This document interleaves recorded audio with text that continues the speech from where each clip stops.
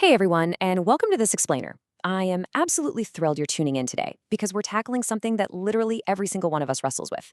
I'm talking about that agonizing tension between the endless choices we face out in the world and that deep internal clarity we all desperately crave.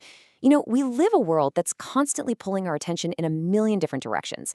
And yet, when it comes to the choices that actually shape our lives, we often just feel completely paralyzed. So let's dive right into this and figure out why. 35,000. Take a second to let that sink in. Studies estimate that you and I make up to 35,000 decisions every single day. I mean, from the moment you wake up, are you hitting snooze? What are you having for breakfast? What are you wearing to work? All the way up to those massive, life-altering choices like, should I change careers or should I move across the country? Literally every aspect of where you are right now is the result of your past decisions. But when you look at that sheer volume of choices, it makes total sense why we get so overwhelmed, right? It just leaves us frozen at a fork in the road. So before we go any further, I want to ask you to get a little selfish for a second. Think about your own life. What is the one hard decision that you are actively avoiding right now? What's a choice that you're overthinking, constantly questioning, or maybe just flat out running away from? Is it moving out of your hometown? Ending a relationship that you know has run its course? Changing your major? Or maybe it's finally speaking up to someone about something important. Whatever that is for you, I want you to lock that decision in your mind right now. Just hold on to it for the rest of this explainer because we are going to work through it together. All right, let's start with section 1, drowning in the noise and the paradox of choice. To really understand why your specific decision feels so heavy, we have to look at our environment. We are constantly drowning in external noise. I'm talking about the expectations of our families, the fear of what your friends are going to think, that endless scroll of social media telling you what you should be doing. All this noise completely clouds our judgment, and it makes us doubt our own internal truth. And here's the kicker. When we don't trust ourselves to make a choice in the middle of all that chaos, we don't just hit pause. We flip a switch and go on autopilot. We end up staying in the exact same patterns for decades, purely out of habit, putting our entire future on hold. So if you're feeling disconnected, frustrated, or just going through the motions, those are massive warning signs that you're letting your past decisions trap you into a present that just isn't fulfilling anymore. Moving right along to section 2, the spoonful of water. This is a brilliant lesson in focus. So how on earth do we actually tune out that deafening noise? Well, let's look at this incredible lesson from an ancient Buddhist parable. It paints such a great picture of how human focus actually works. So the story goes like this. There's this student monk, and he goes to his master, practically begging to leave for a different, more peaceful monastery. He looks at his master and says, "Everyone in this temple is toxic to me." He's just totally overwhelmed. He's complaining that the other monks are playing politics. They're always gossiping. They're spreading negativity. And he feels like he can't possibly focus on his spiritual practice in such a toxic environment. Now, the master listens to all this. And surprisingly, he agrees to let the student go.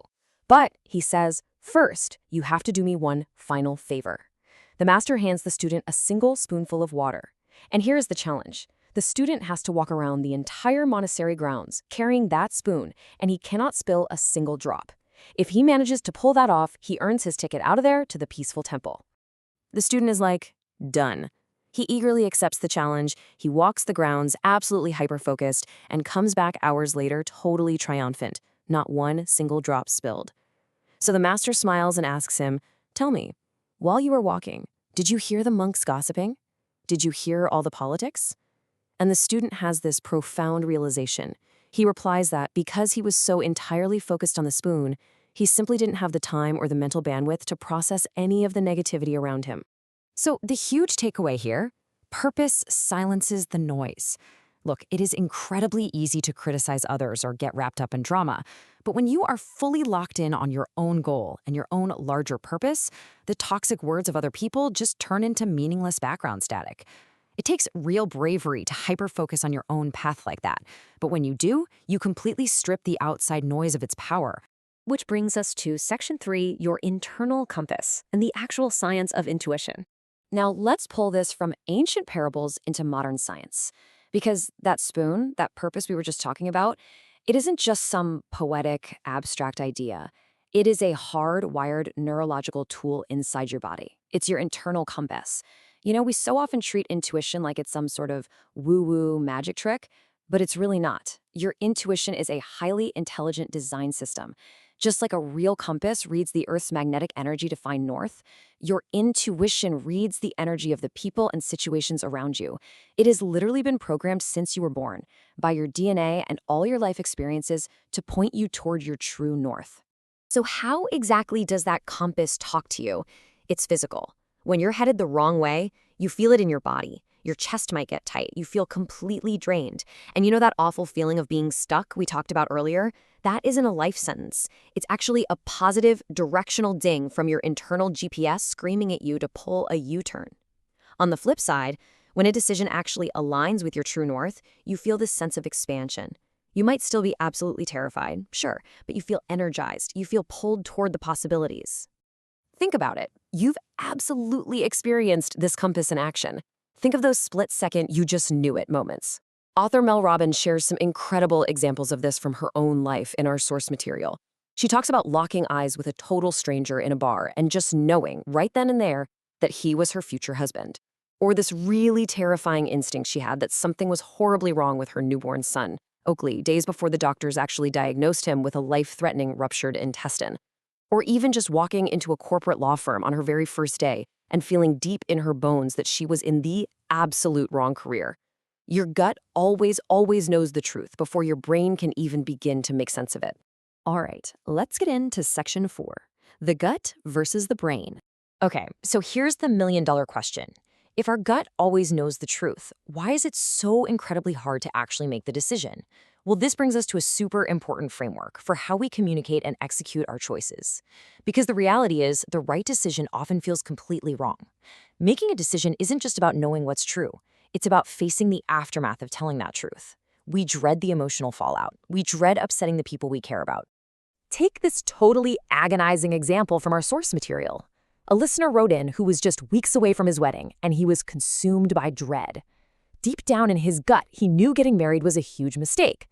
But think about the logistics. The invitations were already out, the parents had paid thousands in non-refundable deposits, and he was terrified of breaking his fiance's heart, angering both families, and losing all that money. Now, on the surface, looking from the outside, the answer's obvious, right? Call it off. But when you're the one in it, and the stakes are that high, and human emotions are involved, the clear truth suddenly feels impossibly difficult to execute. So, to solve this paralysis, you have to separate the roles of your body. Think of it as a division of labor.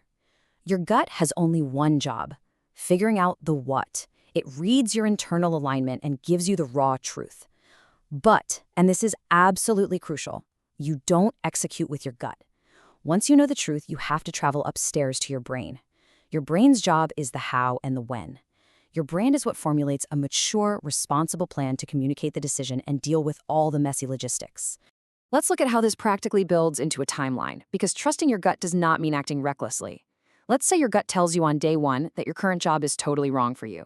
You don't just march in, flip your desk, and quit on the spot. No, your brain steps in. In month 1, your brain assesses your finances and figures out your safety net. By month 3, your brain is quietly polishing up your resume and preparing a transition plan. And then, maybe by month 6, you execute the resignation responsibly. Do you see how that works? You set your true north with your intuition, but you let your brain actually pave the road. I want you to keep this metaphor in mind. Emotions are a blinding rainstorm, but your intuition is the GPS. When you finally pull the trigger and make that hard choice, people around you might be confused. They might be angry. And your own guilt is probably going to flare up like a violent storm. In those moments, it'll feel like you can't see 20 feet in front of your car. But you have to let them be upset, trust the route your internal GPS has set, and just keep driving your life forward. And finally, section 5, there are no bad decisions. Now we arrive at what I think is the most empowering part of this whole framework. If we can separate our gut from our brain, we can completely reframe how we view the consequences of our choices. You know, the biggest obstacle to actually being decisive is the paralyzing fear that we're going to make the wrong choice. But what if you adopted this mindset shift today? A decision is never wrong if you trust in your ability to handle what comes next. Wow. It's not about magically predicting a perfect outcome. It is entirely about having unwavering confidence in your own resilience. When you start operating with that kind of deep self-trust, bad choices literally cease to exist. Staying way too long in a toxic relationship or taking a job that made you miserable, that wasn't a failure. That was just intense data gathering. Honestly, sometimes we actually require that pain and frustration to act as a harsh wake-up call, so we'll finally start listening to our gut. Every single detour you've ever taken gave you exactly what you needed to arrive at this exact moment of clarity today. And here is a little bit of tough love reality check that I think we all need to hear from time to time. Avoiding a choice is not a neutral act. Making no decision is an active decision. By doing nothing, you're actively deciding to stay stuck. You're actively deciding to accept less than you deserve, and you are purposely delaying your own future. So let's bring this all the way back around to that one hard choice I asked you to hold in your mind at the very beginning of this explainer. You already know what your gut is telling you to do.